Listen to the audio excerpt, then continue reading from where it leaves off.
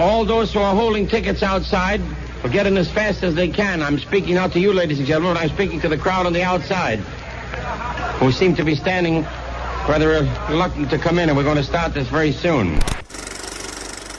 Welcome back to Worthy. My name is John. And I'm Ben. And today we are celebrating the summer and the box office season of the summer of 2022 with our Worthy Summer Review of 2022.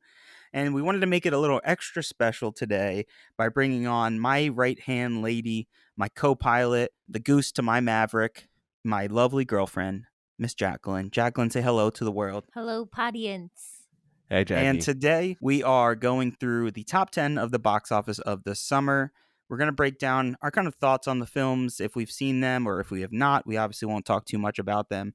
And we're going to go through some of the biggest stories of the summer, just to kind of give our feelings, give a little catch up, do a little special episode that breaks up some of our regular Worthy episodes. So, it's the first year after the pandemic, and the film industry is still in the wake of production delays and complete cancellations. Acquisitions, consolidations, and mergers fuel the ever-changing landscape of Hollywood and the motion picture business. With pushbacks and delays, the summer was left dry, with some films even being pushed to streaming services instead of theaters. Jets, multiverses, and dinosaurs rule the summer box office, but what remains of movie-going in 2022 and beyond?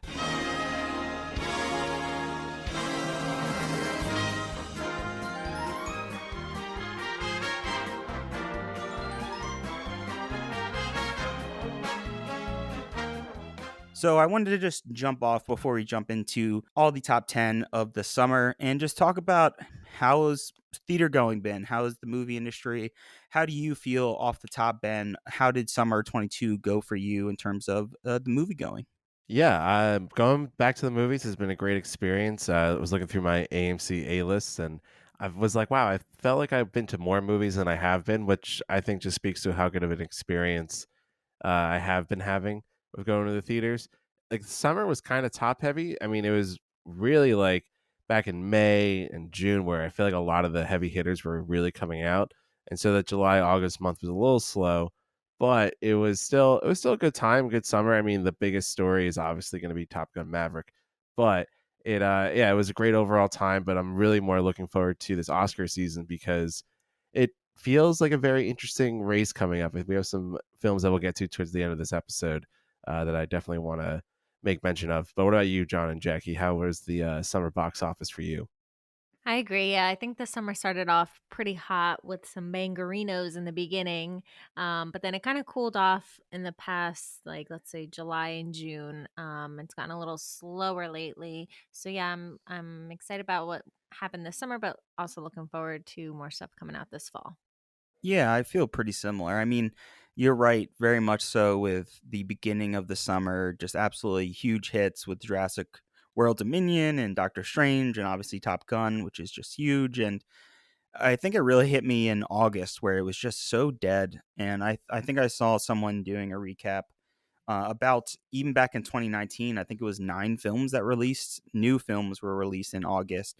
And this past August, there was 2 new films released, I think, in the entire month. So it definitely felt really slow in terms of the past couple months, the past 6 or 7 weeks. And there are some shining films in there that I think have been underrepresented, which we will get to for sure. But I think the best way to jump off into the summer of 2022 is by reviewing the box office of the summer. So we're going to start out from the 10th film, go all the way down and talk about that number 1 film of the summer. And starting out, number 10 is Bullet Train, starring Brad Pitt. It's a Sony Pictures film. And this is actually Brad Pitt's 13th highest worldwide box office at 197 million. In terms of domestic, though, he is 10th in the summer. So I wanted to note that this is a 13th highest for his worldwide box office.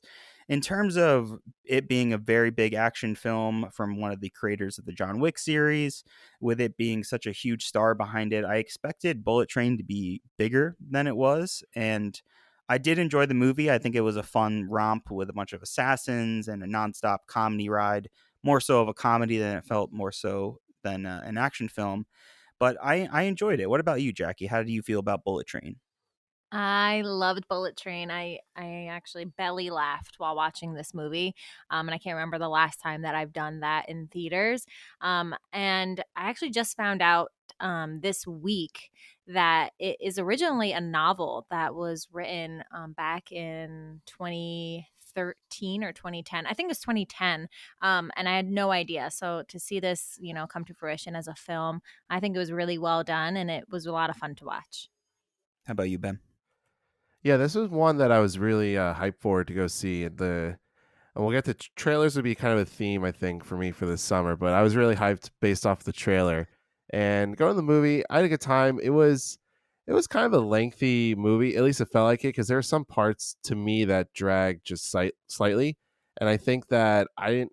There are some twists and turns that were fun. There were some that was like, oh, okay, like that wasn't like my favorite thing in the world. And then some jokes landed, some jokes didn't. So it was. I wouldn't say it was like a disappointment, but I definitely like, it didn't reach the expectation level that I thought it would. I really thought it had really good potential to be like this kind of culty, fun movie that everyone talks about, like from the summer. And I guess I don't know like what happened with it, but it just wasn't like it just didn't reach that level. Brad Pitt was really good. I loved Aaron Taylor Johnson in it. I thought he was the best part of the entire movie, and I loved the Thomas the Tank Engine stuff. But also some of like those jokes got a little repetitive, and like even that shushing the quiet car scene, they weren't that quiet, and like that could have that teetered on the edge of like, okay, this is a little ridiculous, and it could have felt like more grounded, but I still enjoyed myself with the film. So I don't know how you guys feel about that. So it wasn't my favorite thing in the world, but I definitely still enjoyed myself while watching it. Yeah, I think that ridiculousness kind of made it what was so fun and enjoyable for me. I kind of liked it. Yeah, I think it makes sense. It's at number 10. I think for some reason our domestic audience here didn't completely jump aboard. I don't know what it is, if it's Brad Pitt or if it's truly just stars don't really sell a picture anymore, and it's really up to, something a little bit more like a different kind of selling point beyond just, Brad Pitt's in this action movie. You need to go see it. It kind But of I came thought it out. was Yeah, well, yeah, no, it just kind of came out like a weird time. It was the middle of the summer. Like it's that, like that time of the summer. A lot of people are away. A lot of people aren't around, to regularly go to the movies. The summer was really hot, so a lot of people probably were trying to stay inside, especially like being in New York City. It was brutal. So I can see kind of like even that weekend that it came out, I was with you, and we were all hanging out with our friends, and it just I think like that has to do with it. I think like, and we see a lot of time with movies that are Oscar contenders, they don't really come out in this August September window. That's kind of like the ooh, that's a movie that's not gonna probably do so well. They kind of shoehorn it in there when no one's really paying sure. too much attention. Sure. Yeah, you're absolutely right. Just for clarification, the summer box office that we're going off of is from May to Labor Day. So you might see someone have maybe like a 9 or 10 kind of switched or flip flopped depending on when they stop the summer box office. But we're officially stopping it on the weekend of Labor Day. And let's move on to number 9. The ninth highest grossing film of the summer domestically was a horror picture. It's The Black Phone from Universal. Now, the Black Phone was a film that we were both really looking forward to. I was very excited to go see it. In terms of just enjoying the film, I thought there's a lot of things to kind of really praise in terms of the way it looked, the 70s aesthetic, a lot of the choices that they used to kind of show how this kind of world looked like, to kind of show you the killer's perspective in a weird, creepy way. I just wish the film was not only a little bit more scary, I think it leaned into being more of a thriller than an actual horror film, and I just kind of was left wanting a little bit more. It kind of ended in such a clean knit way and such a precise way to end the film that it felt unearned to me in a way. But I think it shows a lot how well the film did at ninth in the overall domestic box office. That's pretty impressive for a horror film. Depending on whether you think Nope is a horror film or Jurassic World, Dominion is a horror film, or Doctor Strange, this is, in my opinion, the only actual real horror film on the top 10 for the summer. Ben, what did you think about The Black Phone? Yeah, so I really just think that this is a great example of like how the movies being shown on streaming services and at home can be a good thing, because I felt like I had more people talk to me about it or mentioning like, oh, did you see this, because they watched it at home because it was on Peacock. So, and also Ethan Hawke gave a really good performance. So it it had a lot of things going for it. And I think like it is surprising, yeah, to have like a horror movie or like a thriller like really do this well in a summer box office. So I don't really have too much to add to it. It was pretty good movie. But yeah, I think that this is where like I can be okay with times that people seeing movies at home because it can be successful, but it had a very extended run or long run in the theaters. This movie was a big disappointment for me. I am a, true crime queen. I love murder mysteries or, serial killer stories. And I consume a lot of that content. And I was really excited about this one. And it was just a big flop for me. It was just not spooky. It was not creepy. It had maybe one or two jump scares. But other than that, it really missed the mark for me. And I really left the theaters wanting more, and it just didn't do it for me. It's one of those films where I really loved basically most of the technical elements of it. You know, the performances I thought were really great. The kid actor was phenomenal. The girl in particular was so great. I really loved her character and her performance in the film. I think she'll definitely be a star moving forward. And I think it definitely says a lot that this is number 9. I think people are craving horror. I think from this past weekend, if we talk a little bit of more recent films, Barbarian, I think, is another big example of people really pushing for original new horror films and wanting to see more horror in general. And I think it's something that can really spark up interest at the box office. And I love what Ethan Hawke's doing. I love that he's leaning into these weird characters. I just wish there was just more from the film, really. Moving on to number 8, we have a Pixar film here from Walt Disney Studios. It's Lightyear. Lightyear is actually the 9th lowest Pixar box office domestically out of 26 feature films. Excuse me, that's actually not domestically, that is globally. And I really loved Lightyear, so it's a little bit of a sad note to kind of see that it is so low compared to most Pixar films. I think the biggest issue for a lot of people is that they didn't really understand what the film was. I think that is kind of comes down to the marketing and them just not pushing enough and kind of explaining to you what this film is. I think the first opening title card saying that this film is really just exactly what Andy experienced and saw as a kid. It kind of clearly shows that this is not another Toy Story film. And I think a lot of people just went in expecting to see a Toy Story film and have that sense of humor. And it was very much not, very much a nod to like the 50s, 60s space era and the old classic sci-fi films of that era. Ben, did you get a chance to see Lightyear and what did you think? Yeah, I saw Lightyear. I was very hyped for it because of the trailer. Again, really good trailer. And then I was just very disappointed. I did not really enjoy Lightyear too much. I was kind of, when the movie ended, I was like, all right, I'm ready to get out of here. I think that that whole like, oh, I didn't understand like what it was or like couldn't like wrap my head around the concept. That's tough if you can't wrap your head around that concept of what the movie is, quite honestly, and especially because they start out the movie saying it. And you know i I think that's just like another like general thing about like audiences and stuff is that they want everything laid out for them, but then when it's like too simplified they almost like they can't like seem to get it. And I don't know. It just, when I saw everyone's reactions to like complaining about that and hearing about that, it's like, why? Like, it's really simple. It's just about the movie Andy saw, and that's like that's it. But in terms of the movie itself, it it just didn't like hit any of like the high notes that I expected to see in Pixar movies. I did not like the multiverse aspect that they kind of bring into it, and I don't know, maybe I'm a little too multiverse, like it's been too much now.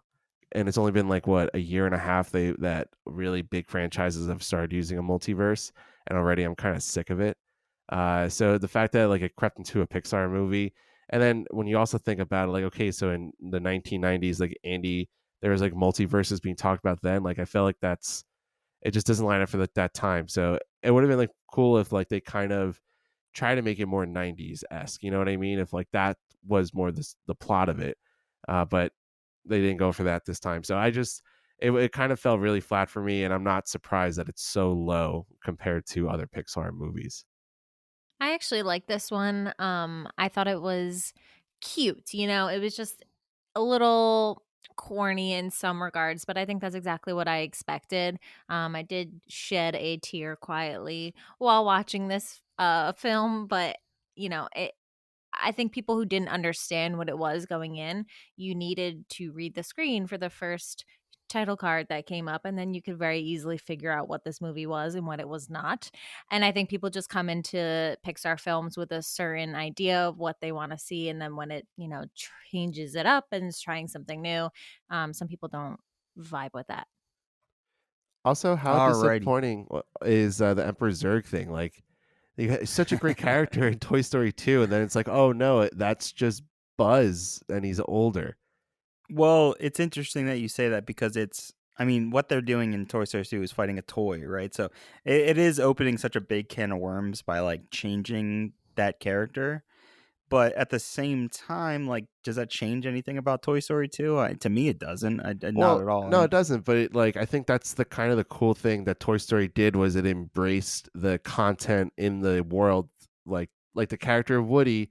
Like that was his whole conflict in Toy Story 2. He's like, oh, I have to be like the TV show version of Yeah. me. Like that's what's expected of me. And Mhm. so when you have Zurg, who's just quite literally just a toy that comes out of a box, who's just like a robot Darth Vader thing. I kind of felt like, oh, like in the movie, he would have been like a natural villain. And like they did the whole like, oh no, I'm your father type thing. I think that would have been really funny because then it would have tied in that universe. Now it felt kind of separate. So I think that's where also it like disconnected for me. A little bit too much, yeah. I think that's fair. I think it just comes from if they played it straight like that, it would just be too simplistic of a story, maybe like too just it's just too simple to have just a stereotypical villain, I think, at this point. And maybe Disney feels that way because of Marvel, because of how many films are just based around good and evil from their catalogs, and that they just think they need to, mix it up and like have something that's a little bit more complex. And whether this is like a easy way to make it complex is just having it be the same character, or just whether it's time travel or multiverses, like you said, there's many different explanations. But yeah, it is kind of like an easy, quick way to make a twist, right? I Make it just want the something more villain who's just complex, bad because he's bad. which is totally fair. I'm right there with you, and I think we can move on to number 7, where you could say that Jean Jacket from Nope is just bad because he's bad. Number 7, we have Nope by Jordan Peele, which is actually, in terms of domestic box office, the lowest film from Jordan Peele, with Get Out at 176 million, Us at 175 million, and then Nope coming in at 120 million from Universal. Just a quick summary on Nope. I absolutely adored this movie. It is a film that loves not only cinema, but it loves aliens. It loves the supernatural. It loves people that love weird shit. It's clear that this movie loves these weird outlying characters. It loves cinema and the way that it dives deep into the production aspect of it, and involving crew members and involving animal trainers, and which is a very big part of history of Hollywood. So I think it's right up Ben and I's alley when it comes to just loving Hollywood and film. Ben, what did you think about Jordan Peele's Nope? Yeah, so I feel like I have to, kind of compare it to Get Out and Us. So it would go ranked third for me out of those, but I still liked it. I would give it like a pretty solid, like, like B, grading for it. And I think that again, like I'm bringing up the trailer thing, the trailer like revealed so much that I wish it did. In the first trailer for it, you were like, okay, it probably is an alien, but let's like kind of wait and see. And then that like last trailer that they started showing, it was like, oh, it is like, well, you think it's a UFO, but Jean Jacket's just the entire thing. And I don't know, that kind of like ruined it a little bit for me because then seeing the movie, I was like, oh, that's that part, that's that part. And so like seeing it all happen and unfold, I kind of like what should have been the really good parts and should have like really hit were kind of like, oh, but I saw that before in the trailer. So I was kind of anticipating like that would happen. But I still liked the like homage to cinema and like how it does, does like kind of it praises, aspects of filmmaking. It does hit on the head about how to deal with animals and the care that should go into them and how we do exploit animals in film and exploit a lot of things in filmmaking, especially in content creation. And so I enjoyed it. The audience I saw it with were honestly was a bunch of assholes, just would not stop talking, so that was like really frustrating. And I didn't see it in IMAX. I saw it on just like a regular movie screen. They didn't fit it properly, so that was annoying too. So it was still like a fine movie, but I do wish like some of it wasn't revealed. I really really ruined it with that trailer, like just seeing the UFO and him like riding on the horse away from it. I agree. The trailer thing got to me too because I feel like I don't know. There was one trailer that was released that didn't show that much, and I was like, "What the fuck is this movie? What is this going to be?" And then the next trailer I saw of it basically showed way too much. Yeah. And this movie was okay for me as if I'm looking at it as a standalone film, but when comparing it to Jordan Peele's other work, it's in solid third place for me.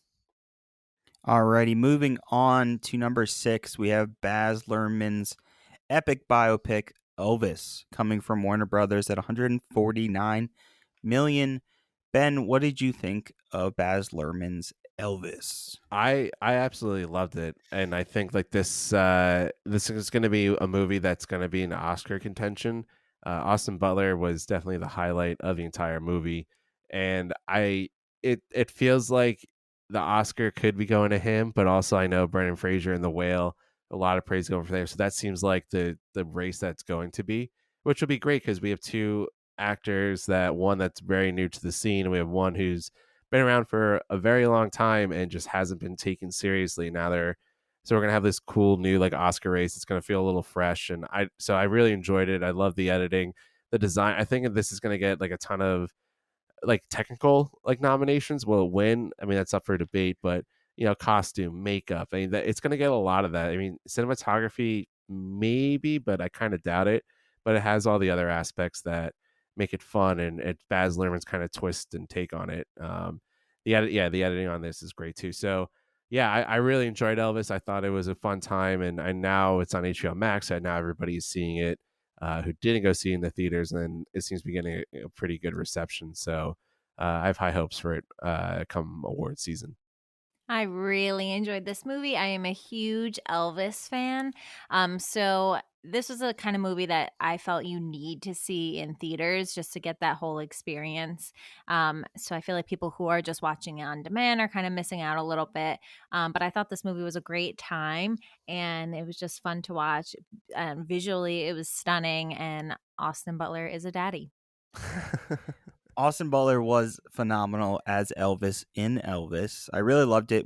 Jack and I went to go see this in Dolby, which I think really added to the overall performance of the film. It was a booming soundtrack. And I mean, I haven't seen all of Baz Luhrmann's work, but I just love the energy that he brings. It's nonstop. It's pretty out there and outrageous. And I think it's perfect for someone as flamboyant as Elvis is and was. And I think it also shows that Americans still love a good biopic. They still love Elvis, and they still love seeing history just kind of unfolded in front of them, especially when it comes to these big artists. I think people just really love eating up a biopic. It's easy to recognize and just kind of know what you're going in for. You kind of know the general notes of the story. You just kind of want to see the gritty details of it. And I don't think we've talked too much about Tom Hanks in this film. I think he also has maybe a chance of getting a Best Supporting Actor here as well for the creepy villain in this movie. I'm forgetting his name, but I really, really enjoyed his performance, even though it was very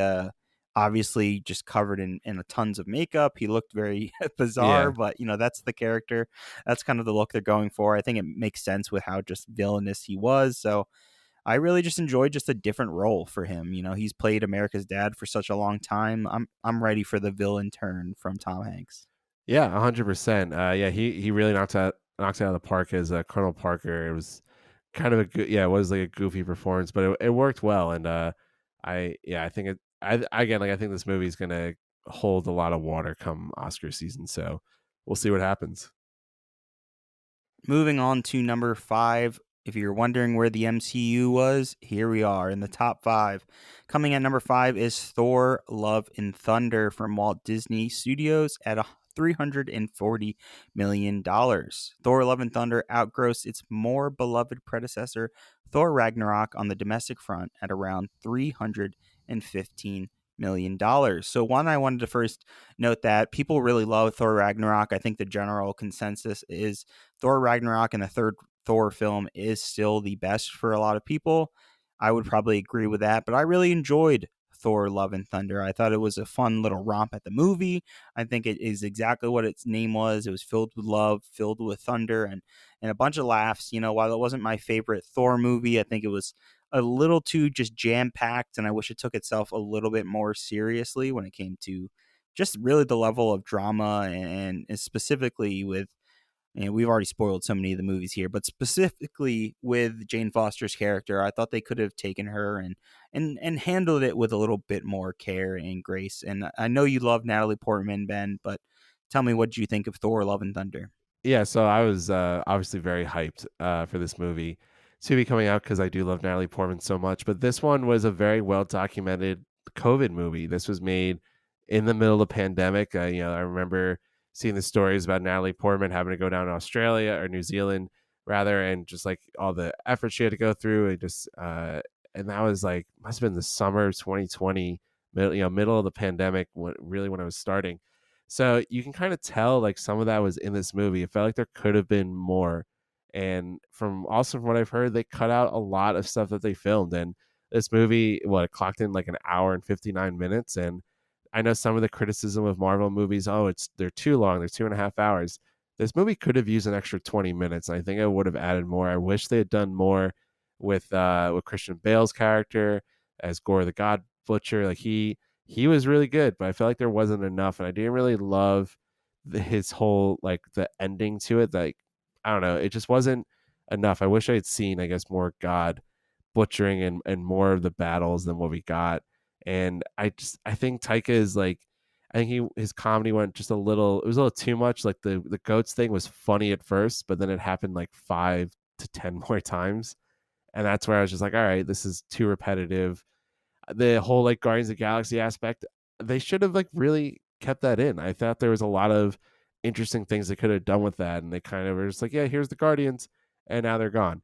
So they had like a lot of like really good opportunities, I think, for this movie, and it just didn't really pan out. It was a pretty solid movie, but I had higher hopes, and I still enjoyed it, but I think it could have been a better movie there. I agree. I didn't have too much to add to what you guys just said, but I really like the Guns N' Roses soundtrack throughout the movie. That was a big plus for me. But other than that, it was a good movie. It was fun, also sad at times. But yeah, I'm not a huge MCU gal, so Yeah, it's my goal to kind of watch them all with her. And that's actually not even my goal. You've actually specifically said we need to. yeah, I'm trying to start from the beginning of the MCU timeline and work my way through slowly. So maybe I'll have a greater appreciation for this movie I mean, after I watch as you're all of going them. through the Marvel timeline, do you like it so far?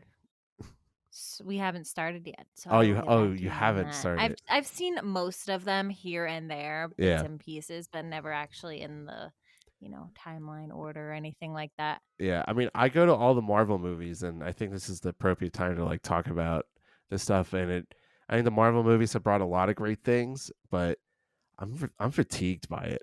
There is so much, and I, if there was maybe just one coming out every year, then it'd be fine. But now we have the TV shows, and they announce like the next phases, and it's just like, man, they're still going through with this, and it just feels like overkill at a certain times. But then some of the movies are good, but it's also been a stretch where they haven't been so great. And Thor, I think, brought it back up a little bit. For like thinking of it like like a graph, kind of like a line graph going up and down. Like it was going down for a little bit, but this like peaked, started to reach some levels, but didn't really complete it for me. And it just, all the superhero stuff, it's great, but it's also not great. It's a very fine double-edged sword, and right now it's kind of teetering towards the not so great for me. And it's been kind of like that for a while, honestly.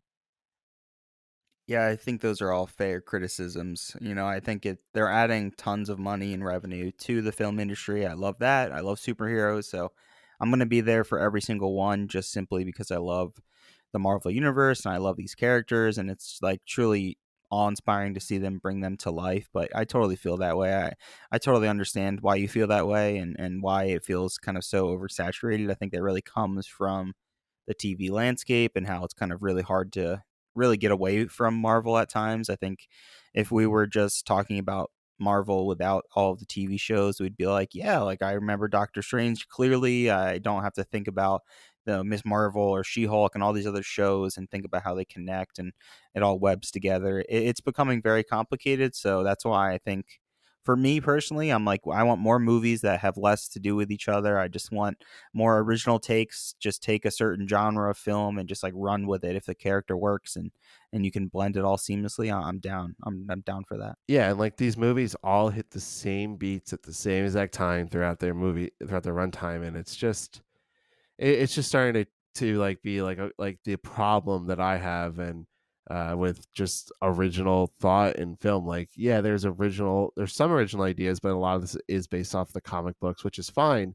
But again, like it kind of does, it just doesn't like reach the satisfaction that that we get from like watching the old movies. And that's just because there's a lot more dramas that would come out throughout the year, and a lot of these actors that are in these Marvel movies get their time gets taken up by so much of the production that they're not really doing other projects. And so it doesn't feel like the focus of, like, I know it's just one studio, but then it kind of has this butterfly effect where we get, and it's great, we got everything everywhere all at once, but that took such heavy inspiration from the Marvel movies, using the multiverse, using the action to kind of tell a story.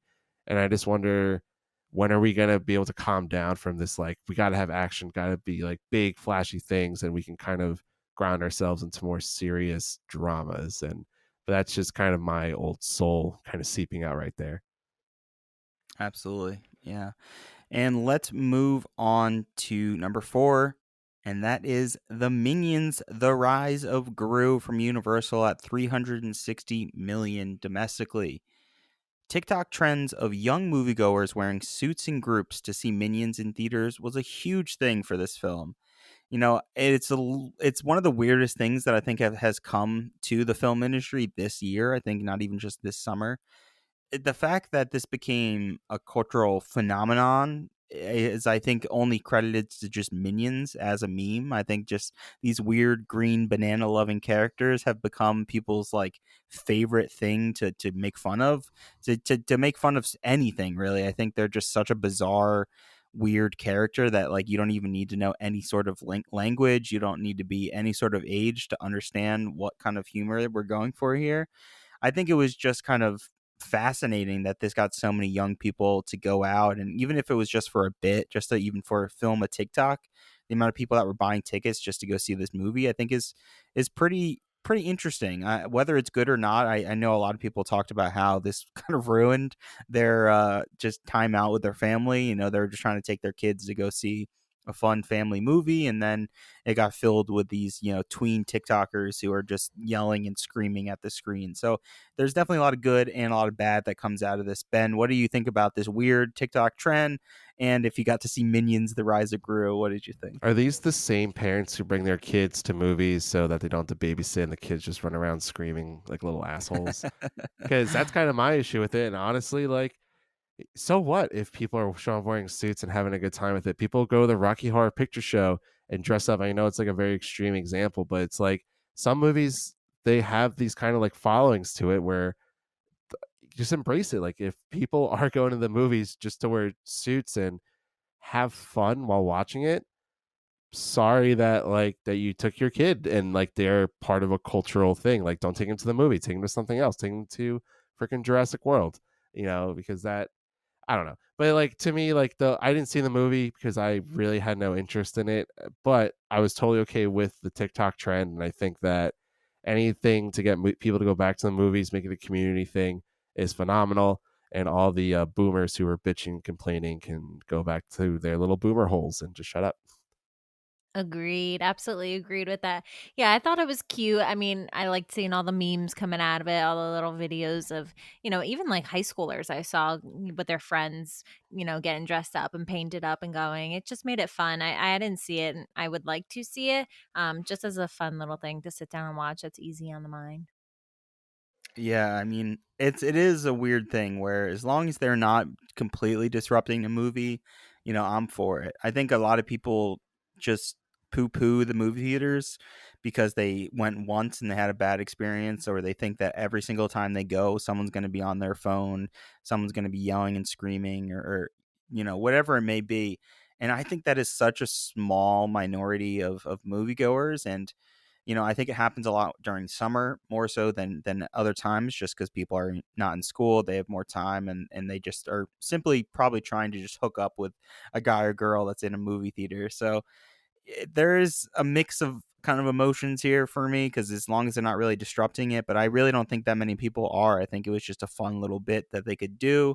Some people probably didn't even stay, and to me, I don't care if you watch the movie as long as you're paying to get in and you're fueling the industry here. And even if we're fueling some ridiculous franchise like the Minions, I don't care. I just want theaters to exist. I want people to still go out, and I want everyone to just love movies and continue to go see movies.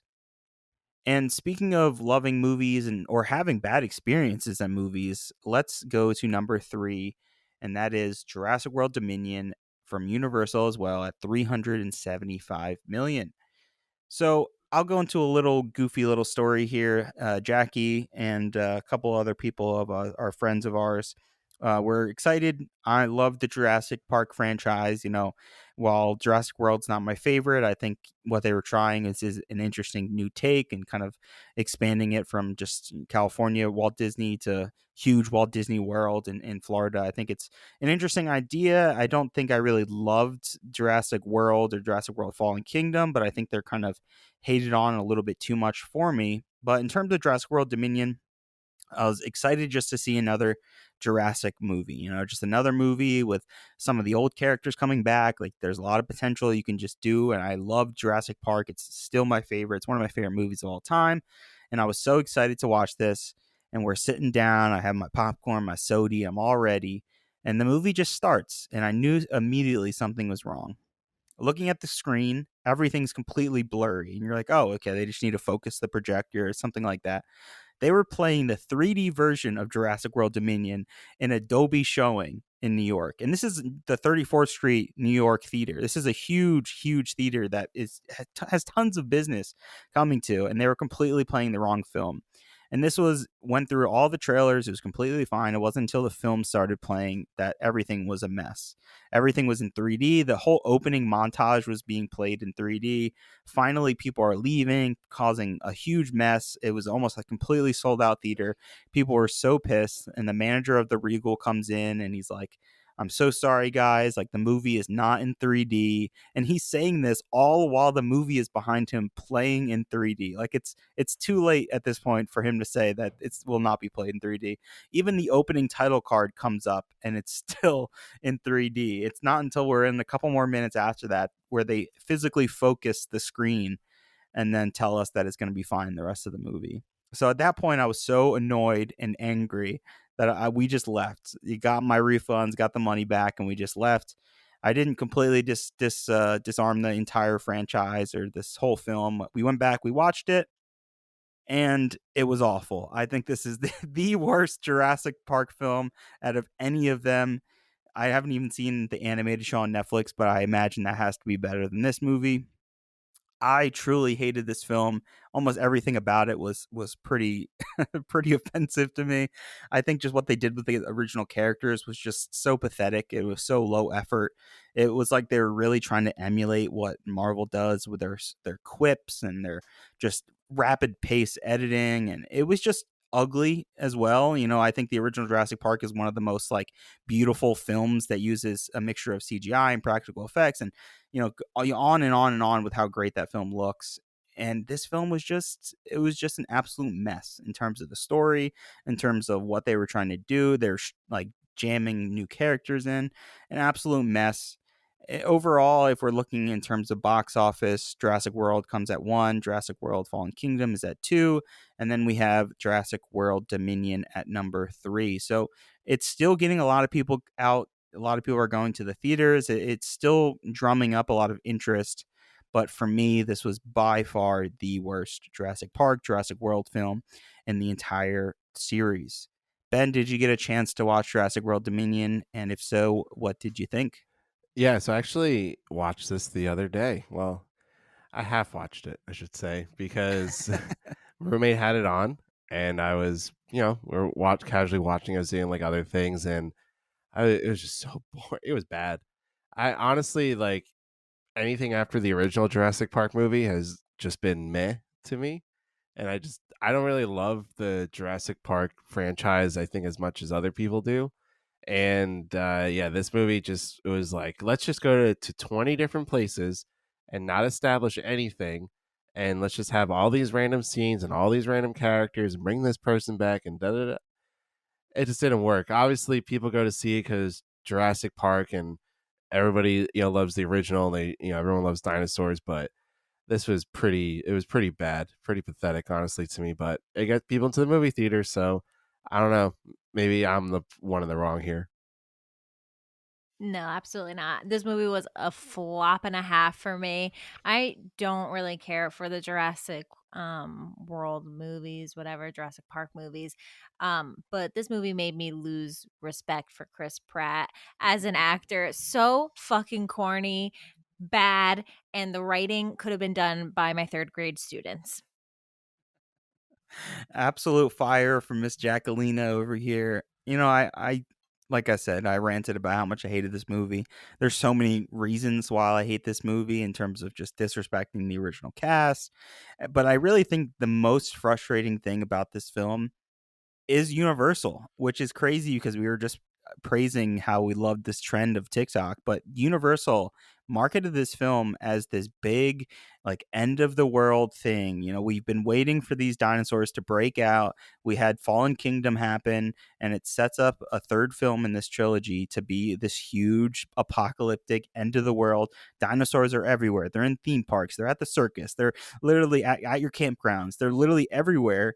And what does this film do? It completely says, no, that's not actually what this movie's about. We're just going to take you back to another facility and lock our characters in with dinosaurs in a facility again.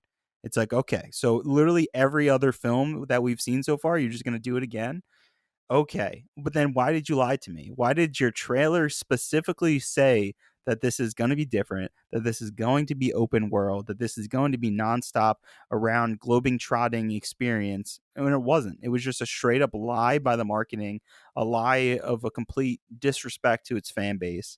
I couldn't be more frustrated and annoyed because of this film. And it's so disappointing because if this film was even like half decent or somewhat enjoyable, I would have at least gone to see it another time just because it's dinosaurs. It got the original cast. I loved Jurassic Park, and it made me so freaking sad. Alrighty, moving on to the second highest summer box office film, and that is Doctor Strange in the Multiverse of Madness from Disney Studios. Doctor Strange in the Multiverse of Madness is the 8th highest MCU film domestically, but still sits $400 million lower than Avengers Endgame, which is obviously the number one film. So this has been a mixed bag, I think, for a lot of people. I really respect this film just purely as Sam Raimi. I love a lot of his films. I love his style. I love just how out there he goes. And we do get some of that in terms of, the Wanda chase scene. I love Wanda as a character as well. And I really love WandaVision, the show. So I was very excited moving forward into this. Unfortunately, it wasn't everything that I wanted. It was not enough madness in the multiverse of madness. I wish it kind of went a little bit further out there. It got a little bit crazier. It makes perfect sense why it's number two. This had such a big hype behind it. It's coming off from Spider-Man. It's coming off from WandaVision. Wanda's grown as such a big character, but I really loved the original Doctor Strange and how it kind of went so trippy and so beyond and so just out there in terms of its visuals. And this film just it didn't. I think it felt very sloppy in terms of its CGI in a lot of the moments, which is not really MCU's. That's not really something you see very often from the MCU. So it was a little of a letdown for me personally. But Ben, what did you think about Doctor Strange in the Multiverse of Madness? Yeah, it was the multiverse of poop, honestly. Like it was not that good a movie. Yeah, you said it perfectly. Wanted more madness. There wasn't enough madness. It got spoiled again because everyone figured out it was Patrick Stewart's voice, which, why even reveal that? Because then you hype up so many people for like, oh my God, like what can they do?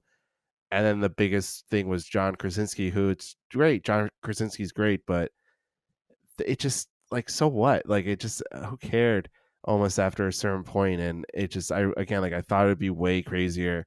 It was a big letdown. The Wanda being the villain thing still kind of doesn't work perfectly for me. Like I feel like this could have gone like way bigger. We could have gotten like that whole Kang aspect they were setting up, and now we're gonna get Kang and Ant-Man. Kang should have been a Doctor Strange kind of like introduction or continuation from the Loki shows.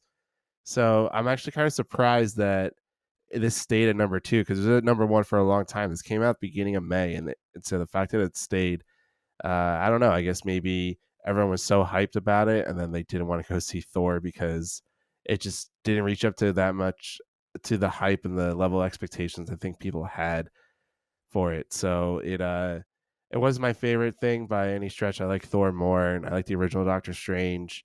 It tried to do some things I think worked, but it could have been way more than it was.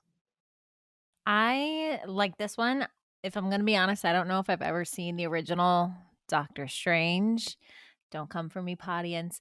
But this movie was fun for me, and I like the clash of the worlds with Wanda, because I really like Wanda. This movie kind of inspired me to possibly dress as her for Halloween. I just think she's such a bad bitch and she's fun to watch. But for me, this movie was less about Doctor Strange character than it was about Wanda, than it was for America Chavez's character. Yeah, I enjoyed it, and I feel like it's opening a lot of new doors that I'm excited about. Yeah, I didn't Yeah, really it's like America Chavez. I didn't like that character too much, and I felt like they kind of shot their load with Wanda as the villain. Like a Kang could have, like, there could have been something where like maybe this movie Wanda was helping Doctor Strange, and then Kang kind of just like, well, I can get you to a different multiverse where like you do have kids, type of thing. I can like do this, and she could have became like the right hand person to a Kang thing. Like that could have been a whole other aspect they added to it, but I don't know. It yeah. just it's fine. It is what it is. Just what I was way too hyped for it, I think. Yeah, that's totally fair. I think everyone was just so excited for this movie, and I think it really showcases the best of the MCU and the worst of MCU, just thinking that they need to not only just constantly surprise fans and give them what they want, and which is multiverse and with these different takes on these characters and bringing back characters and dream casting. That's all fine and great, but if it's like directly hurting the story that you're trying to tell, then I think you kind of need to push that aside and focus on what is the story you're trying to tell, and how are these characters changing. I don't think Doctor Strange really has a very clear arc from beginning and to the end of that film, and I think that's because there's just too many things going on. Like, we just don't really need America Chavez. I think she was a really interesting visual character, the way she kind of booms through other multiverses with her like star power. It's beautiful to look at, but if you take her out of this film entirely and just like give Doctor Strange these abilities because of a stone, because he just is very powerful, I don't think it really changes the film at all, which sucks, because this character and this actress definitely deserves more. And I think the movie just gets just too bogged down in the Marvel Cinematic Universe. It's a movie that's like a sequel to WandaVision, it's a sequel to the Spider-Man movie, it's a sequel to Doctor Strange, and all while trying to introduce new characters and organization. It's just too much. Like, strip it all down. Remember why Iron Man's so good, because it's simple and you just care about this character, and just move from there, to explore the character and their highs and lows. Alrighty, let's move on to the number 1 film of the domestic summer box office, and that goes to the one and only Mr. Cruise for Top Gun Maverick. Top Gun Maverick is Tom Cruise's highest grossing film of all time and passed the $1 billion mark at the global box office. Top Gun also surpasses Paramount's highest grossing film of all time, Titanic, which grossed $600 million at the box office during its initial release and held the number 1 spot in Paramount's lineup for 25 years. And a really fun little tidbit that I found is that Paramount has not topped the summer box office since 2009 with Transformers Revenge of the Fallen at 400 million.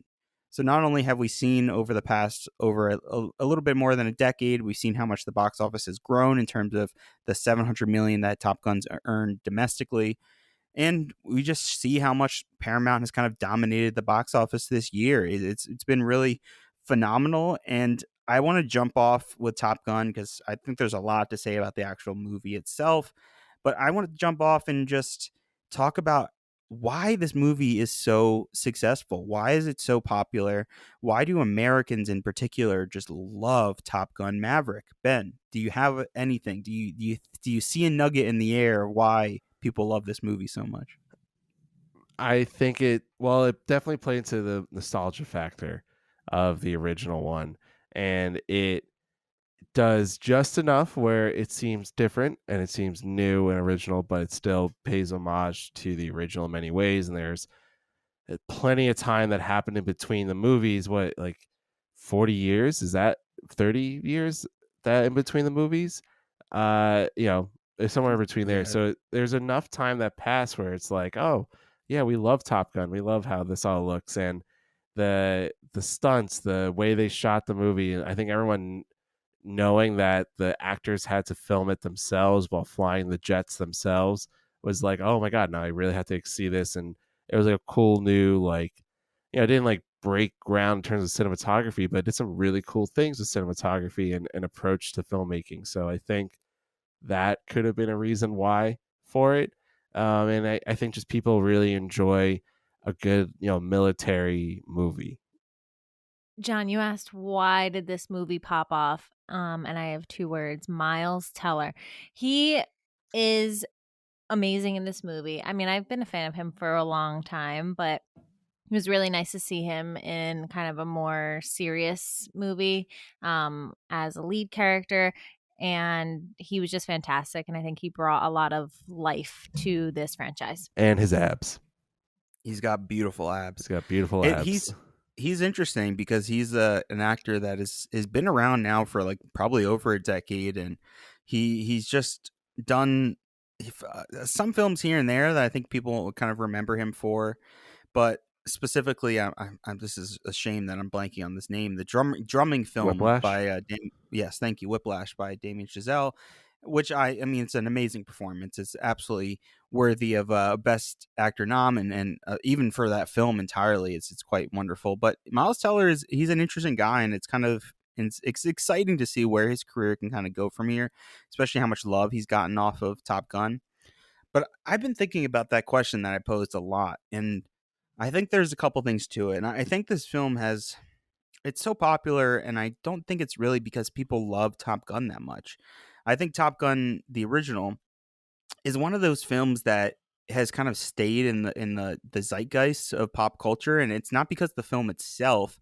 I think it's just the general feel. It's like this weird, like sexy feel to it. I think it became a film for a lot of young women and young men at the time to really like fawn over these men. And even the word Top Gun has become something larger than the film itself. We almost like talk about that phrase as describing certain people, or even the sunglasses being, oh, those are Top Gun sunglasses. Like, it's gone so far beyond just it is a film, and I think a lot of people don't even remember what the film is or what the film was, because the original is very slow. It's not really that like engaging in terms of what you would expect from a modern audience. So I don't really think it's people fawning over what this film was. I think it's just kind of a name that they know, so that immediately helps. And then what I really think this is that America in particular has been so fucking political. Everything in America recently has been so politicized, and it's been right or blue. You're on the left or you're on the right. There's no in between. And this film is like the least political war film you'll ever see. You only know you're talking about a bunch of Americans, and they all have disagreements, but it's not really in particular about like one side or the other. They're all trying to get to this kind of final goal. They're all trying to do this mission successfully. And I think this film is just so satisfying in a way that people can just watch it And it's almost like a dream fantasy, not for just you want to fantasize about flying jets, but you can fantasize about like people just getting along, that we can have these conversations, that we can all work together and just achieve something. And I think that's what Americans have always loved about America, is that we're all so different and we can still kind of work together to build something, to build up, to move forward. And this is just a film that I think you carry that name. You have Tom Cruise that people know. You have the kind of iconography of what Top Gun is. It's about jets. It's going to have the abs. It's going to have the beach scene. It's going to have the sunglasses. But it's just so satisfying in a way, I think, not only because it's so well made with the amazing action sequences, but it's just what I think Americans want right now, which is just like working together. Just let's accomplish this mission. Everyone needs to just stop fighting, and we need to push forward, and we just need to, succeed as a country and as a nation. So it is such a weird kind of film because it is so simple, and you're like, why is this making 700 million in just America alone? When you compare that to Doctor Strange, which is an MCU movie, it's the franchise that's dominating the film industry, and that's almost $300 million lower than Top Gun here. So, Ben, do you have any final thoughts here for Top Gun Maverick? So I was looking at Miles Teller as you were talking about it. Just so I was like, oh, like how many movies has he even been in? And he's been in 20 movies in total since 2010, which is a lot. But the gap between Top Gun and then his last movie was 5 years.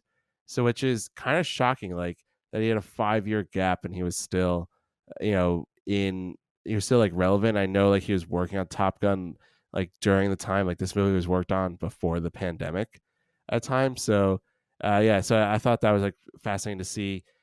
I think that this movie it's going to be interesting to see, because as great and as much praise as you gave it, and I think you hit it pretty well, come Oscar time, this is going to be interesting if it does get in or not, and how people will react if it is not nominated for a Best Picture award. So it was a good movie. It was a lot of fun. The Won't Get Fooled Again scene was really great. It has all the suspense that I think you could ask for and great visuals. So that definitely deserves to be the box office king of the summer. I think another big reason too is just how absolutely massive of an audience that was over 50 or 40. I forget the specific stat, but it brought out an audience that is just not going to see films, and that's like the 40 and up audience who just is happy staying at home. There's a lot of people that just don't want to go through the process of going out, buying tickets, and then having the whole family with all the food costs and everything being so high. But there's something about this movie that really, it's not going to be the same when you watch it at home. And I think a lot of people knew that, and a lot of people recognized that when they saw it for the first time. And it's just a film where there's obviously a lot of tension, there's stakes that are happening, but it's just a fun time. It doesn't bring in any bullshit that you want to deal with. It's so far removed from your day-to-day life. And it's just a fun time at the movies, and it's just as straight cut as that. It's not tied into anything else. Like, you have the original film that it's tied to, but it's really not tied to that. You can watch this film without any context of the original, and it still plays perfectly. So there's so much to Top Gun Maverick, and it's fascinating to see it just blown up so much. It's also noteworthy to mention that Jonathan and I saw this movie in 4D, which was quite an interesting experience. You get strapped in like you're going on a roller coaster ride. And I mean, the action in this movie, I had whiplash by the end of it. There was like water shooting out at us at one point. I mean, several points in time. Like, my pants were fully soaking wet, and it definitely added to the impact of this movie, because that's the one and only time I've seen this movie was in 4D. It was extremely intense, but I don't think you need that full experience. But if you do see it in theaters, it does help. Absolutely. And I think that also added to the box office quite a bit. I think people saw that these premium formats, it was changing the experience. And I think 4D is continuing to grow for the film industry. And yeah, I'm excited to see how we kind of utilize it in the future. I think it's great for certain films, and Top Gun Maverick was a perfect example of that. Thank you for bringing that up, Jackie. And let's move on from the top 10 box office of the summer to some big stories. We're not going to go too deep into these stories. We're not a news show, but I want to just mention a couple things because I think they're interesting about the industry in general, and some are related to the Oscars as well. So I wanted to jump off a tricky topic. We're not going to go too deep into it, but I wanted to talk about Ezra Miller and the situation that they find themselves in. And to sum it up, if you haven't heard, Ezra Miller is the Flash in the upcoming Warner Brothers Flash film, Flashpoint. And it's a tricky situation because it involves a lot of different things. I think there's mental health issues here. There's even claims of kidnapping and like child abuse. There's a lot going on, but essentially Ezra Miller is the lead of a huge franchise film. The reports of The Flash being almost $300 million budget. What's so interesting about this situation is that you have the star of a film who's not only in the film once, but he's playing two different characters. So he's physically or they're physically in the film two separate times, making them almost impossible to remove from a film. So really my question is what do we do about the Ezra Miller situation? How do people go to see The Flash with this actor who's just caused so much mayhem in the news? What do we do? Should they recast Ezra Miller for The Flash? Should they just not release The Flash altogether, even though it costs so much money? Ben, what are your thoughts about the Ezra Miller situation? Just release it. Everyone, there's the amount of controversy that goes on in so many other movies.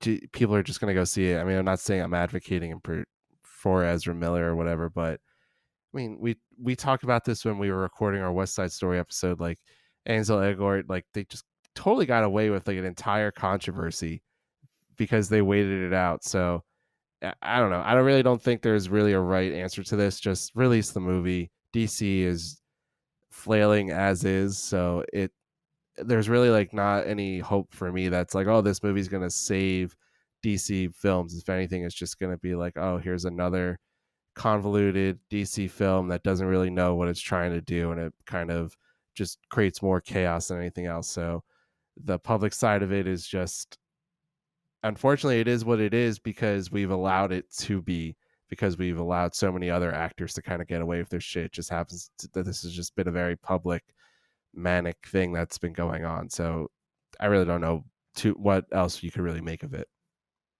Yeah, it's truly a mess of a situation. I mean, the fact that it's such a big film, and it's crazier too because it was supposed to be a film that's going to carry the DC universe that the Warner Brothers has built and kind of continue it forward while changing things and readjusting things. And the saddest part is that I've heard rumors of this film being quite good too. So that's just even more disappointing, the fact that it's just involved with such ridiculous drama, and it's quite a mess of a situation. Jackie doesn't have much to hit on here, so we'll continue and move forward to another Warner Brothers story because of the recent acquisition from Discovery. And Discovery and Warner Brothers are merging together, all under one brand and one streaming service eventually, under Zaslav, who is the new CEO of Discovery.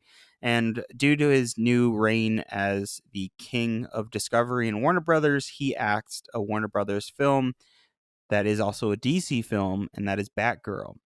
And what's so interesting about this is that he canceled Batgirl, and for what they're saying is that it's not up to their standards, and they're doing it specifically for a tax break as well.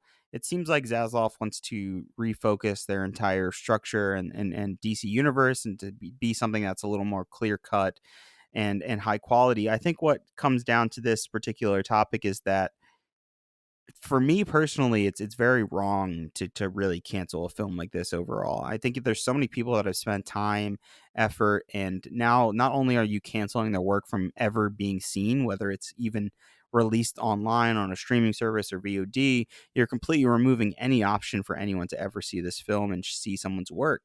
And it obviously varies for who you are. If you're just some random like gaffer on this film, that sucks that you don't get to see your work, but you're paid and you're moving on to another film. But there's other people that are huge stars, like, this was their breakout opportunity to be in this film. Whether it is Grace, who is the or I'm blanking on Batgirl's name in particular, but is it Leslie Grace? I forget what her name is, but this was a huge moment for her, right? this is a big opportunity for her, and that's such a shitty thing for it to happen and for them to cancel a film that like that overall. So I hope one day we see Batgirl. But Ben, do you have any thoughts about this Batgirl situation? Yeah, it's really more just like a Discover, Warner Brothers thing. I don't know whoever really is in charge and why they're making these decisions. They're just making awful decisions in general, and it's unfortunate that this had to get or was axed, and it brings me down so much because it just there's so much, I guess, more that there could have been with like other projects that they were focusing on, and I have no idea like what like it again it just adds to the fuel of like that DC content is like not great to make unless it's just Batman, so even Batgirl doesn't even survive that. So I'm just not. I don't know. It's unfortunate, but it's hard to really make sense of it because we didn't get like a trailer or didn't really get much else from it just yet. Yeah, it is. It's just shitty on so many levels. Like to deem the film as being just not up to their standards as well, I think is just I was straight right like a blatant lie. The film wasn't even done yet, so there were so many scenes that were like still yet. I mean, the directors have even come out and said that they weren't even done shooting. There was reshoots that were planned to do, and that's just a very common thing for films to go through. And even the MCU builds in time specifically for reshoots. So it's clear that it's clear that Zaslav, who's taking over Warner Brothers with Discovery, he wants to start anew. He's tired of seeing these projects that have already been greenlit and they're already through the process, and he wants to move on and kind of erase this from existence. But what a waste of money. I think it really comes down to is what an absolute waste of money to spend that much money on a piece of art that a lot of people spent so many hours trying to kind of build and create something good here, and they kind of really just brought it down and destroyed it. So at the very least, I think an easy online streaming release, it just doesn't hurt anybody. Obviously you spent the money, but what can you do? And moving on, we're gonna just hit one quick other story here, and that was a kind of almost a non-story. It recently came out that Chris Rock declined hosting this year or 2023's Oscars, and who could blame them? That's exactly what I think of right away. Why the hell would Chris Rock do this? It doesn't help him at all. It doesn't help push his platform anymore. All it does is kind of stick him right back where he was a year ago. This only benefits the Academy, and it makes perfect sense why they would reach out to Chris Rock to host the Oscars, right? Like they want to draw up as much publicity, and they want people talking about the Oscars, and they want people to watch the show. And what's going to do that if you don't just bring up the controversy again? So, Ben, what do you think about Chris Rock hosting again and him declining? It's just trying to get some kind of drama. It's just a TV thing. The producers of the Oscars were like, "Oh man, like how can we get more attention, more eyes on this? Let's have the whole Chris Rock thing." And I'm happy it's just not going to happen because I'm still annoyed by what happened in general at the last Oscar ceremony. So it's just time to move on. It was a very stupid thing, and I know how public it was, but let's just move on from it. I agree. Yeah, good for him for removing himself from the shit show, and not feeding into the bullshit that's just going to get them more numbers and not benefit him whatsoever. Alrighty, and we're going to move to the third and final part of our show here today, and that's just a quick little summary of some of the films that we've maybe mentioned before and some that we want to hit on a little bit more. So first, I want to talk about the biggest surprise of the summer, and I'll start. And we talked about it a lot, and that is Top Gun Maverick for me. I'm a big fan of Cruise's work. I love his Mission Impossible series. He's doing great jobs there. And he kind of mixed that kind of formula directly into the Top Gun formula, or what was the formula just from one film alone. And he made something that I think it just really hit home, like I said, for Americans. And it just was a great action film. And who doesn't want to see a great action film done very well, and where the stakes are extremely high and your heart is racing throughout the entire film. But Ben, what is your biggest surprise of the summer? Yeah, my biggest surprise was also Top Gun. I didn't think that it was going to be as popular as it was, but I was very surprised, and I really enjoyed myself with it. And I think that talking about the Oscars, the very first Best Picture winner was Wings, and that was about, pilots and flying, and had crazy cinematography at the time because they stuck the cameras on the planes and they were shooting the dogfights. So it's very reminiscent of that for me, and I think that like it's a spectacle that everybody was very attracted to, and so it was very surprising to me that it was so as good as it was, and I'm happy that we got it. My biggest surprise was Bullet Train. This movie was just a lot of fun for me. I had no idea what to expect going in. And it was just a fun ride from start to end. I also just love stories where there are multiple plots interwoven. And it's like, why are all these people in one room? Why are they all fit together? And then slowly you kind of build that puzzle of how they fit together. And I just think it was really interesting and fun to watch. I totally agree with you there, Jackie. And let's move on to the biggest disappointment of the summer. And I went with Netflix The Gray Man. It's hard to say that how could you not be excited for this film? You have the Russo brothers.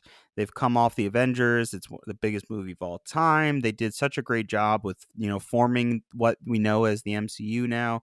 They did such a great job just showing action throughout every film they made in the MCU.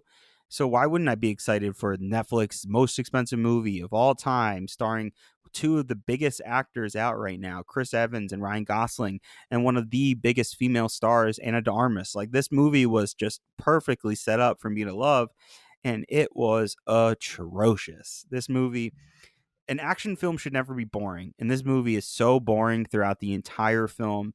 The action is lazy, it's boring, there's nothing really new here to offer, and so is the story. The story is predictable, dull, and just frankly uninteresting. And at least they could have made it visually interesting with some of these fight scenes, but you can see they spent the money, but it's just not much is there. It's we're staring at a very dull gray man is how I feel about the Gray Man. Ben, what do you think was really the biggest disappointment of the summer? I said it before when we were talking about it, but Lightyear, I was hyped for it. I thought it was going to be a fun time. I thought it was an interesting take, and I thought it would be, this like Pixar movie that brings us, because everyone loves Toy Story, so I thought it would like really capture the imaginations, and it just was not what I wanted. So I don't really want to say more about it because we talked about it before. But yeah, but going to the Gray Man as well, like that was just disappointing as well. It fell into the Jurassic World thing where let's just go to 20 different locations and just do this and do that, and it just doesn't work. And um, I don't know. I don't know what that really says about. Maybe it says something about the Russo brothers. Maybe it says something about what people think is good.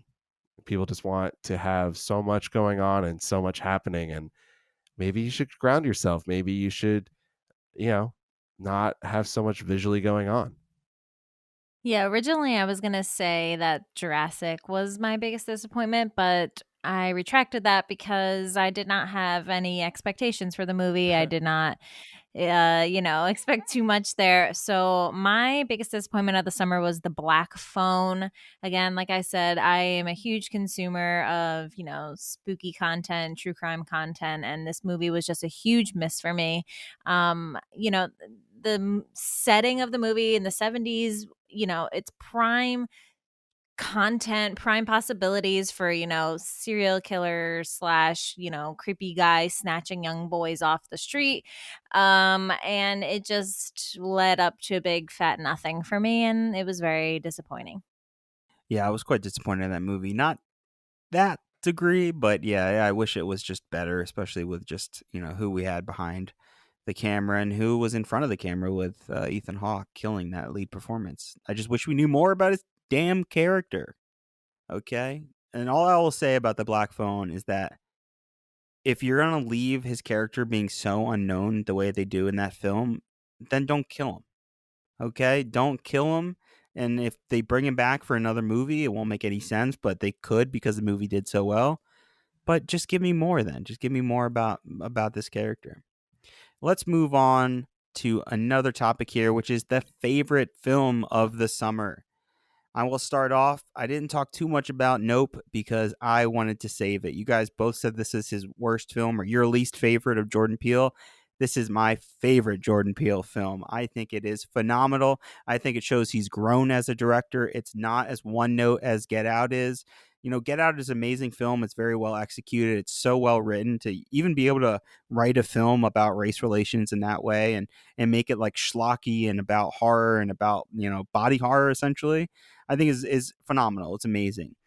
But Nope is just a movie that was like meant for me. I absolutely love the weird paranormal. I don't really like, I would always dream about meeting an alien. You know, it's always something I would always love and also terrified for it to happen to me. But this is just an awesome original take on aliens, and to have it reduced down to this huge creature that they call Jean Jacket and have it explored through the language of not only filmmaking but this brother and their sister, and such original characters, and such an original unique character that Kalula plays. And he's just this quiet, brooding, almost cowboy like character, which I think is very intentional and definitely not for everyone, which I totally get. He's a very like stern, quiet man. But I think that's where this movie has magic, in the quiet moments of him just looking into the clouds, looking out there for it.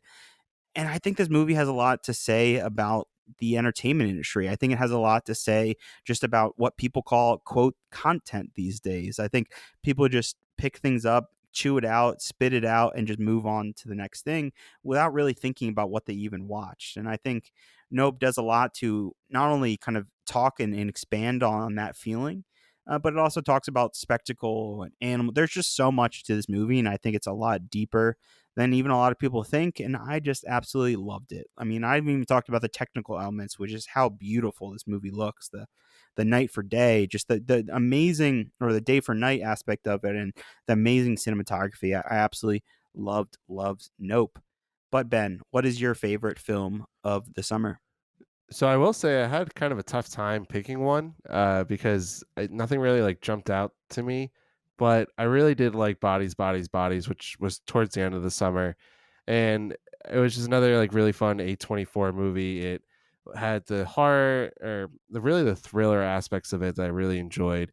I didn't really know what the movie would be about, so again, like the trailer didn't ruin any of that for me. So watching the movie, I was really into it, really trying to figure out what the mystery was. And then when you find out the mystery, I think that makes it even better thinking about what happens the entire movie. So I was really into it. I came out of it like, all right, like that was fun. I would definitely like to see more from that director, from the actresses that were in it. So it was a very fun time. I can't really say enough positive things about it, but definitely go see Bodies. It was a really fun time. Yeah, I definitely need to see that movie. I have not seen it yet. Have you seen it, John? No, I still haven't seen it. That's a movie that A24 just let me down. They did release that movie in theaters for like what was maybe 3-4 weeks, and I mean, like we talked about, August has been so dead. I wanted to see it in theaters, but it's gone. It's nowhere near. I don't live in the city anymore, so I'd have less available options. But I will get to that as soon as they let it on VOD. All right. Well, let me know when you watch it. For sure. My favorite of the summer was Elvis. I just had a lot of fun watching it. I've, loved Elvis ever since I was a little kid with my grandfather. That was our thing. So I think I just had a lot of emotional attachment to this movie, and it did not disappoint. I absolutely loved Elvis as well. And we have a little bit left here. All I want to do is open the floor a little bit. If there's any films that kind of we didn't mention that aren't in the top 10, that didn't really hit any of these categories, that came in at around the summertime, is there any film that kind of jumped out to you this summer, Ben, that we didn't get to hit on that you would like to talk a little bit about? Well, we can't talk about it, but Clerks 3. Yeah, you can't talk about it because I haven't seen it yet. You haven't seen it yet. And is it a summer movie? Maybe not, but I got to go see it on Kevin Smith's Convenience Tour the other day, and I was, it tickled my Kevin Smith fancy. So I don't want to spoil any more of it, but I would love to talk more about that with John, and I know I will. Other movies, there's really not too much. It's been a weird year of movies, quite honestly. Like we, well, maybe a little bit spoiler of like what we're gonna get to, like, oh, well, wins Best Picture for us. The best movie of the year so far is still The Batman to me. So I I don't know. I'm right there with you, Yeah, like I baby. really don't know of any other movie that's like better than that came out this year. That movie, like, so it's been a weird year, but I know we're about to enter the Oscar season, so stuff will start to pop out. But it wasn't like last year. Last year we had so like when we were doing this episode last year, I was talking about Green Knight and how much I love that, talking about Zola and how I was really into that movie. So it's a very weird year, and I think this is also because a lot of these movies were COVID movies. Movies were made in the Yeah. 2020 or early 2021. So there's kind of just this gap right now. I mean, hopefully we're gonna get back to it, but yeah, it's there's not really too much I think that we have to talk about that I'm really excited for, because I just have to wait for the Oscar movies to come out. Yeah, and they're definitely coming. The only thing that really jumped out to me is I know you didn't enjoy Crimes of the Future that much, but Cronenberg is back, baby. I loved it. I think it's one of my favorite Cronenberg films, maybe ever, and I think that's kind of crazy for a lot of people. He's a very crazy, wild filmmaker, and I really just loved how sweet Crimes of the Future is. This movie about body mutilation and really disgusting physical attributes that people have, but making it really about a love story about two people, I thought was really, really amazing. Another film that I wanted to just quickly mention is Fall. It came out this summer. Basically had almost zero press, almost zero advertising. Essentially, the log line is two women climb an old radio tower and get stuck at the top of this 2,000-foot tower. And I love a good movie that is just a very specific plot.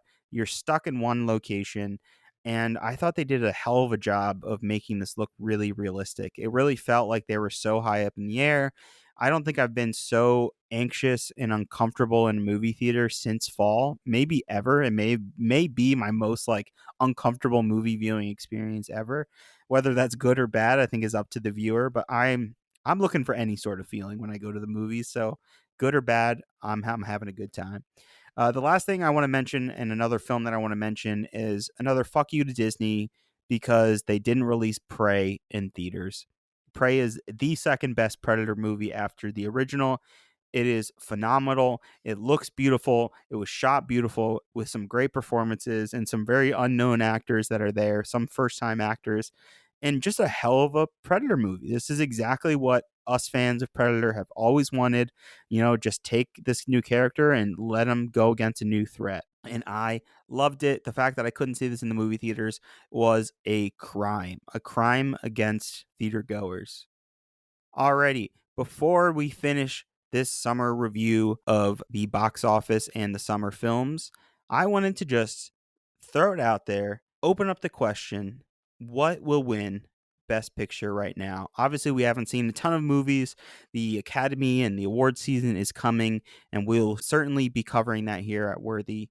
But Ben, I just want to throw that out. What do you think right now, not just the films that we watch, but the films that are coming, what will win the Best Picture this year? Yeah, so I am going with movies that I have not seen, that no one has seen yet, because I think that the Best Picture winner has not come out yet. So unfortunately, Batman won't win and Top Gun Maverick won't win. Potential nominations though, but they won't win. So I'm choosing between three movies. I'm gonna just cast a big net. So I'm saying Babylon, which is the new Damien Chazelle movie, The Fablemans, which is the Spielberg movie, which the trailer just came out for it. I don't know if you've seen the trailer yet, John. That trailer literally seems like it's just about Steven Spielberg's growing up, and it seems very personal. And so the next movie, this is the movie that I actually feel the most confident.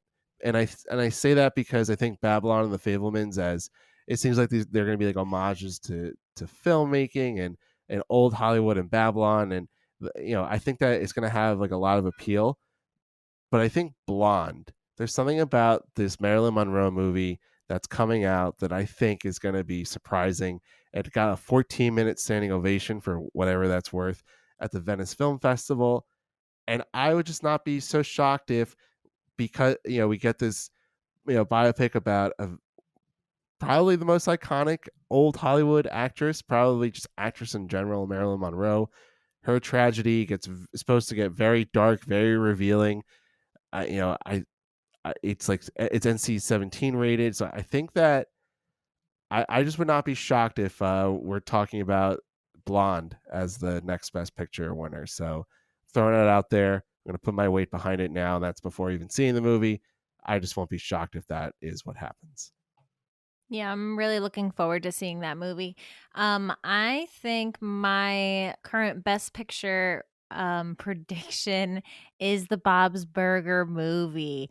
No, I'm just kidding. I just really like that movie, and I'm rewatching the show for like the fourth time right now. I don't know. I don't know. It's hard for me to predict for a movie I have not seen yet. So just going based off what I have seen so far, I really liked Everything Everywhere All at Once. I thought it was really original, and if you haven't seen it, you should go see it because it was a hell of a good time to watch.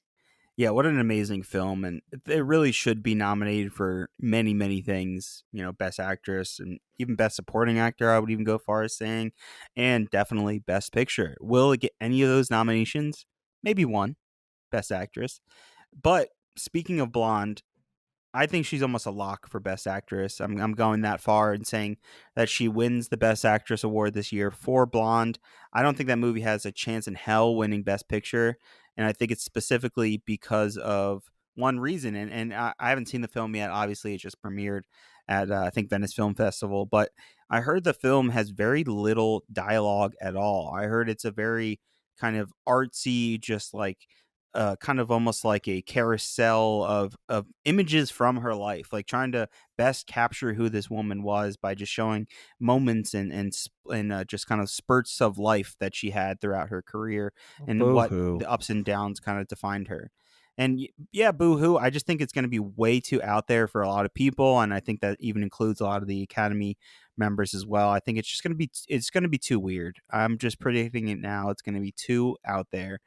But you know who makes films that are right in line with the Academy Awards? And that is Damien Chazelle, one of my favorite filmmakers. I think maybe one of the best filmmakers working today. And his new film, Babylon, starring Brad Pitt, Margot Robbie. It's got huge names, Tobey Maguire, huge names in it. It's all about old Hollywood. It's all about, supposedly, it's not about real actors and actresses in terms of the character names have all been changed, but supposedly the insider look is that these are all based on characters like Greta Garbo or characters that we've seen throughout Worthy's history. And, the Academy loves a good film that honors Hollywood, that honors movie making in general. I think there's definitely a big possibility. But like you said, The Fabelmans is kind of also that. It's a love letter to films and cinema. And we also have the Empire of Light, I think it's what it's called, which is another film that is also kind of about cinema and loving film. So this is one of those years, I think we're gearing up for award season, where a lot of these movies are very much in line with just what people love about cinema, and the Academy loves that. And yes, The Empire of Light is directed by Sam Mendes. I think that's going to be another Best Picture nominee and another possibility for winning Best Picture this year. So that is our worthy summer review of 2022. Ben, before we leave here and say goodbye to our lovely summer folks and the lovely season of summer, is there anything else that you would like to add or hit on?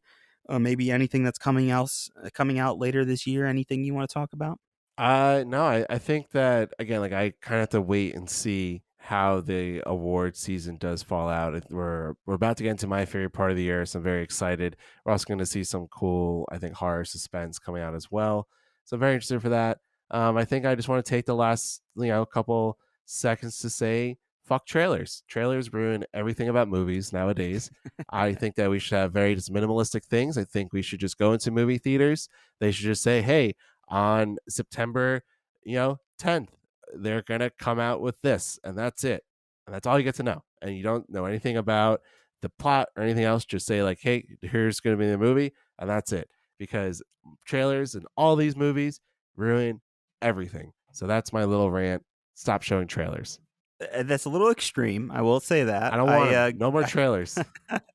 That we need them somewhat. So I agree to a point, to a degree. That's for sure. I definitely get why you would say that, especially you pinpointing all the films that have kind of misled you. And I felt misled definitely when it comes to Jurassic World Dominion. I am still freaking hurting from that pain.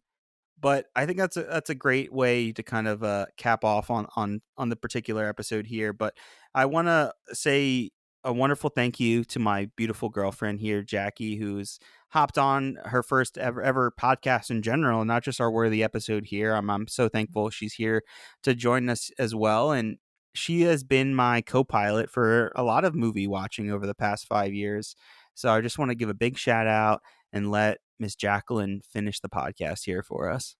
Well, it's great to be here. Thanks, guys, for having me. And everybody go follow Worthy Podcast on Instagram. Anything else, fellas? Thanks for listening. This is Worthy. And with that, this is John and Ben, and this is Worthy. Thanks for listening to Worthy, the breakdown of every Best Picture winner from past to present. Listen to us wherever you get your podcasts. Check us out on Instagram at Worthy Podcast, on Twitter at Worthy Pod, and on Facebook at Worthy Podcast. Any inquiries can be submitted to worthysubmissions@gmail.com. That's worthysubmissions@gmail.com.